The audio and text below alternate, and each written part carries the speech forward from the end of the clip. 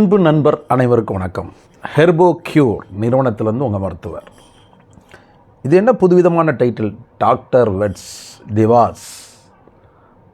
மருத்துவரும்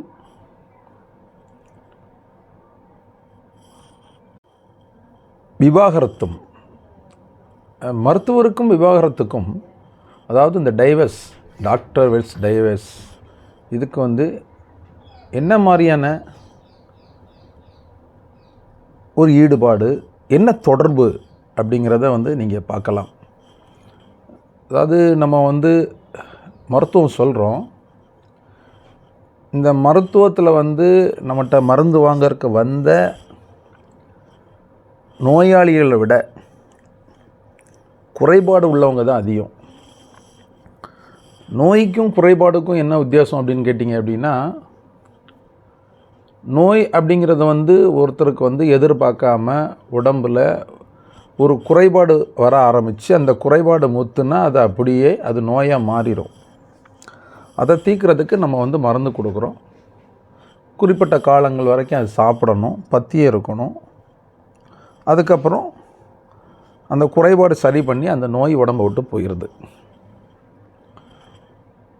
நம்ம ஒருத்தருக்கு உடம்புல ஒரு பிணி வந்தால் அதை நோயாளின்னு தான் சொல்கிறோம், குறைபாடு உள்ளவங்கன்னு யாரும் சொல்கிறதில்ல. இயற்கையாக வரப்பட்டது அதுக்கு பேர் குறைபாடு. திடீர்னு ஏதாவது ஒரு விஷயங்கள் வந்துச்சு அப்படின்னா அதுதான் நோயின்னு நம்ம சொல்கிறோம். இதுக்கு ரெண்டுக்குள்ள வித்தியாசம் இதுதான். இப்படி பார்க்கும்போது நம்மகிட்ட அதிகமாக கேட்டு தன்னுடைய குறைபாடை சொல்லி மருத்துவம் பார்க்குறதுக்காக வந்தவங்களாக இருக்கட்டும், தொலைபேசியில் தொடர்பு கொண்டவங்களாக இருக்கட்டும், யூடியூப்பில் அதிகமாக வீடியோஸ் பார்த்தவங்களாக இருக்கட்டும், யாருன்னு கேட்டிங்க அப்படின்னா ஆண்மை சம்பந்தமான குறைபாடு உள்ளவங்க தான். இந்த ஆண்மை சம்பந்தமான குறைபாடு அதிகம் ஏன் வர ஆரம்பிச்சு, இந்த ஆண்மை சம்பந்தமான குறைபாடுனால என்ன மாதிரியான எதிர்கால வாழ்க்கைகள் நிறைய பேருக்கு பாதிச்சிருக்கு. இந்த உலகத்தில் இன்றைக்கி நடக்கிற மிக முக்கியமான பிரச்சனையில் இது ஏன் முக்கியமான பிரச்சனை, இந்தியாவையாக இருக்கப்பட்ட இந்த ஆண்மை பிரச்சனை ஏன் முக்கியமாக இருக்குது, அந்தரங்கமாக இருக்கப்பட்ட இந்த விஷயம் வெளியரங்கமாக கோர்ட்டுக்கு, போலீஸ் ஸ்டேஷனுக்கு குற்றவாளியான கூண்டல் இன்றைக்கி பட்டுறது, குற்றவாளியாக கருதப்பட்டு ஜெயில் வரைக்கும் போகிறது, இந்த சமுதாயத்தில் ஒரு மோசமான பார்வையில் அவனை பார்க்குறது, வாழ தகுதியற்றவனாக ஆக்குறது, குடும்பம் நாலா பக்கமும் பிரிஞ்சு செல்வது, சூசைட் பண்ணுறது, இப்படி எல்லாத்துக்கும் என்ன காரணம் அப்படின்னு பார்த்தீங்க அப்படின்னா ஒரே விஷயம் இந்த ஆண்மை குறைபாடு, ஆண்மை சம்பந்தமான ஒரு விஷயந்தான். இந்த ஆண்மையை எப்படி நமக்கு தெரிய வருது அப்படின்னு கேட்டிங்க அப்படின்னா, நம்மகிட்ட மெடிசின்ஸ் வாங்க வந்தவங்க தங்களுடைய குறைபாடை சொல்லும்போதே பார்த்தீங்க அப்படின்னா, சார் எனக்கு இனி 2 மாதத்தில் திருமணம், அந்த குறைபாடை சரி பண்ணால் தான் எனக்கு திருமணம் செய்ய முடியலைன்னா எனக்கு பயமாக இருக்குது, குறைபாடு சரியாகலைன்னா நான் திருமணம் பண்ண மாட்டேன்னு வீட்டில் சொல்லியிருக்கேன், குறைபாடை பற்றி வீட்டில் சொல்லலை, அது என் மனசுக்குள்ளே இருக்குது, நான் இது யார்கிட்ட சொல்கிறேனே தெரியல, நண்பர்கள்ட்ட கூட நான் சொல்ல முடியாமல் இருந்து வேதனைப்பட்டுருக்கேன், இந்த குறைபாடை 2 மாதத்தில் தீர்க்க முடியுமா அப்படி மருந்து வாங்க வந்தவங்க ஒரு சிலர். சார் எனக்கு திருமணம் நடந்துட்டு சார், 2 மாதம் காலமாக ஆகுது, என்னுடைய மனைவிக்கு எனக்கும் எந்த தொடர்பு இல்லை, அதனால் மனைவி வீட்டுக்கு போயிடுவாளோ, என்னை விட்டுட்டு போயிடுவாளோ, அவளுக்கு எனக்கு அண்டர்ஸ்டாண்டிங் சரியில்லை, அதனால் அது சரி பண்ணுறதுக்கு எனக்கு மருந்து கண்டிப்பாக கிடைக்குமா சார், நான் அது 2 மாதத்தில் சரி பண்ண முடியுமா அப்படின்னு சொல்கிற சிலர். சார் என் மனைவி என்னை விட்டு போயிட்டாங்க சார், 1 வருஷம் ஆச்சு சார், நீ அதை சரி பண்ணிவிட்டு வா, உனக்காக நான் டைம் கொடுத்துருக்கேன், இந்த 1 வார காலத்துக்குள்ளே நீ சரி பண்ணிட்டு வரல அப்படின்னா நான் நிரந்தரமாக உனக்கு டைவர்ஸ் கொடுத்துருவேன், நீ எனக்கு வேண்டாம், நீ எனக்கு சரியில்லை அப்படிங்கிற மாதிரி மருந்து வாங்க வந்தவங்க. சார் நான் சின்ன வயசில் நிறைய தவறுகள் பண்ணிட்டேன் சார், அதனால் எனக்கு ரொம்ப இயலாமல் இருக்குது. என் மனைவி வேற ஒருத்தவங்க கூட போயிடுவாங்களோன்னு எனக்கு ஒரு மாதிரி இருக்குது. அவளே சொல்லிட்டா ஓப்பனாட்டு, நீ வந்து ஆம்பளே இல்லைங்கிறா, அதனால் நான் சரி பண்ணால் தான் என்னுடைய மனைவி கூட நான் இருக்க முடியும் அப்படின்னு சொல்கிற சிலர்,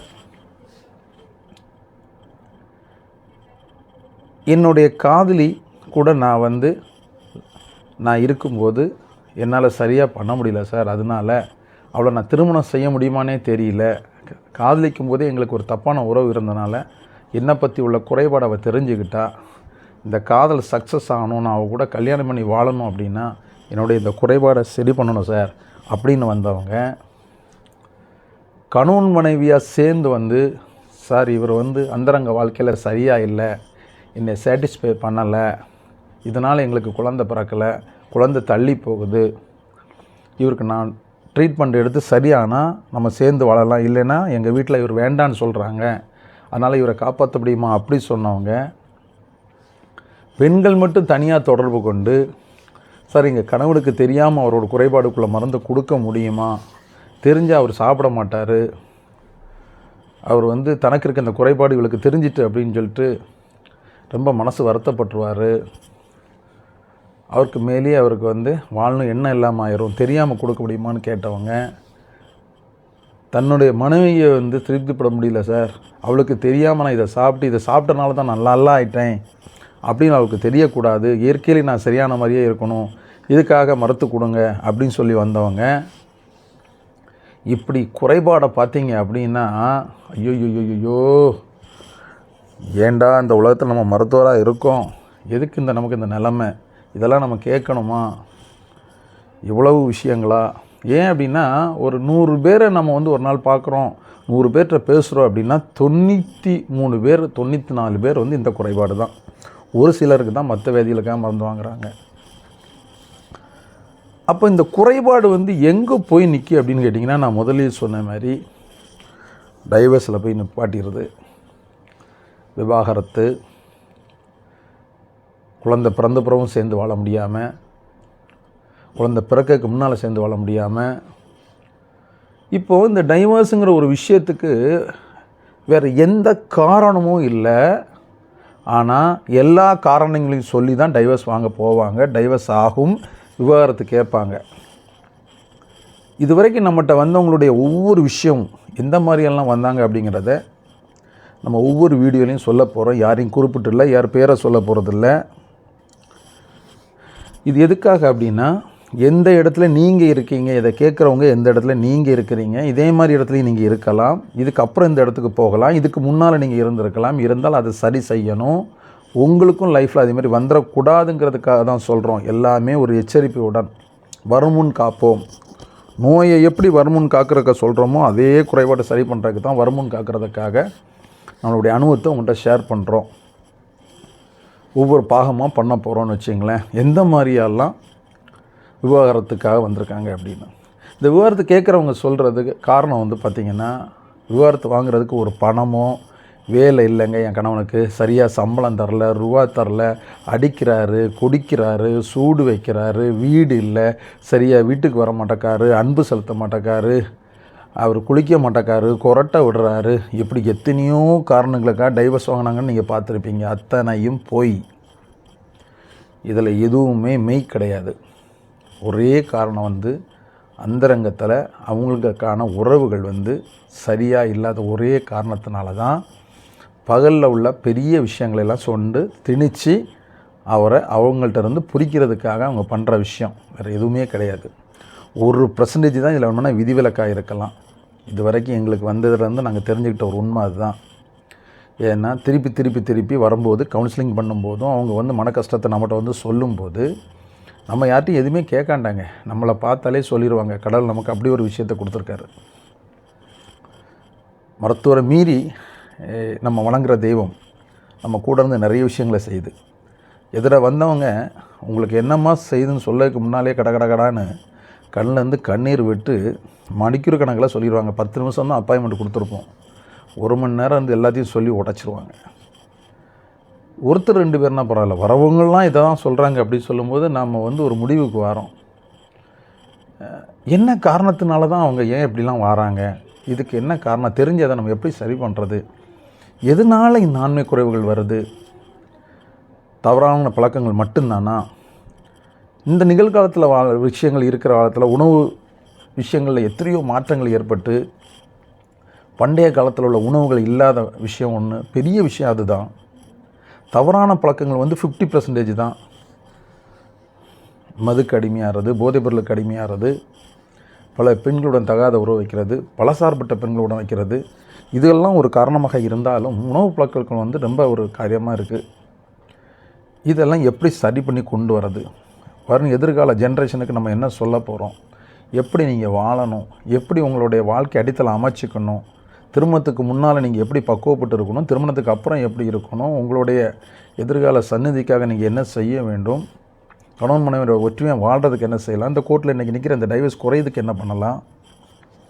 எல்லாத்தையும் பற்றி நம்ம ஒவ்வொரு பாகமாக பார்க்க போகிறோம். கண்டிப்பாக 100% உள்ளவங்களுக்கு இந்த வீடியோ கண்டிப்பாக பிரயோஜனமாக இருக்கும் நம்புகிறோம். உங்கள் நண்பருக்கெல்லாம் ஷேர் பண்ணுங்கள். வரும் ஒவ்வொரு வீடியோவிலையும் அடுத்து டாக்டர் மிஸ் டிவாஸ் அப்படிங்கிற டைட்டிலில் நிறைய பேச போகிறோம். எந்த மாதிரியான வயசில் எப்படிப்பட்டவங்க நம்மளை பார்க்க அவங்களுக்கு என்னென்ன நடந்துச்சு அப்படிங்கிறத இளைமுறை காயாக தான் சொல்கிறோம். இதை எதுவுமே நம்ம கொச்சப்படுத்தி சொல்கிறது இல்லை. இதை நம்ம சகோதரிகளும் பார்க்கணும், நம்ம அம்மாமார்கள் பார்க்கணும், அப்பா அம்மாரை பார்க்கணும், சகோதரன் பார்க்கணும் அப்படின்னு கருத்தில் கொண்டு எவ்வளவு இளைமுறை காயாக சொல்ல முடியுமோ அப்படி தான் சொல்ல போகிறோம். கண்டிப்பாக கொச்சை இதில் எதுவும் சொல்ல போகிறதில்ல. தைரியமாக நீங்கள் எல்லாருமே இதை கேட்கலாம். இது வரைக்கும் இப்படி ஒரு விஷயத்தை யாரும் ஏன் சொல்லலை அப்படிங்கிறது உங்கள் மனசுக்குள்ளேயே இருந்திருக்கும். யார்கிட்ட போய் கேட்குறது? இதெல்லாம் கேட்டு படிக்கிறதா? இது என்ன லைப்ரரியில் புக்கிலையா இருக்கும்? இது அட்வைஸுங்கிற முறையில் யாரை போய் சந்திக்கலாம்?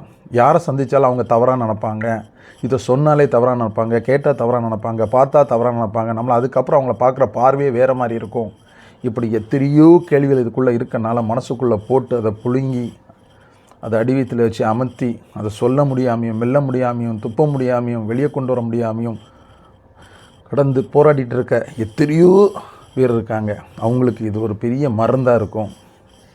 மருந்துங்கிறது உட்கொண்டால் மட்டும் இல்லை, செவி வழியாகவும் அது மருந்தாக போகலாம், கண் வழியாக போகலாம். அது உங்களுக்கு கண்டிப்பாக உங்கள் உள்ள அந்த மனக்குறையை அது தீர்க்கணும்னு நம்புகிறோம், விசுவாசிக்கிறோம். கண்டிப்பாக அடுத்த வீடியோவில் பார்ப்போம். நன்றி, வணக்கம். இது வரைக்கும் நீங்கள் சப்ஸ்கிரைப் பண்ணலைன்னா சப்ஸ்கிரைப் பண்ணுங்கள். உங்களுடைய நண்பர்களுக்கு ஷேர் பண்ணுங்கள். அருகில் உள்ள பெல் பட்டனை அமுக்குங்க. மீண்டும் ஒரு ஆடியோ வீடியோவில் சந்திப்போம். நன்றி, வணக்கம்.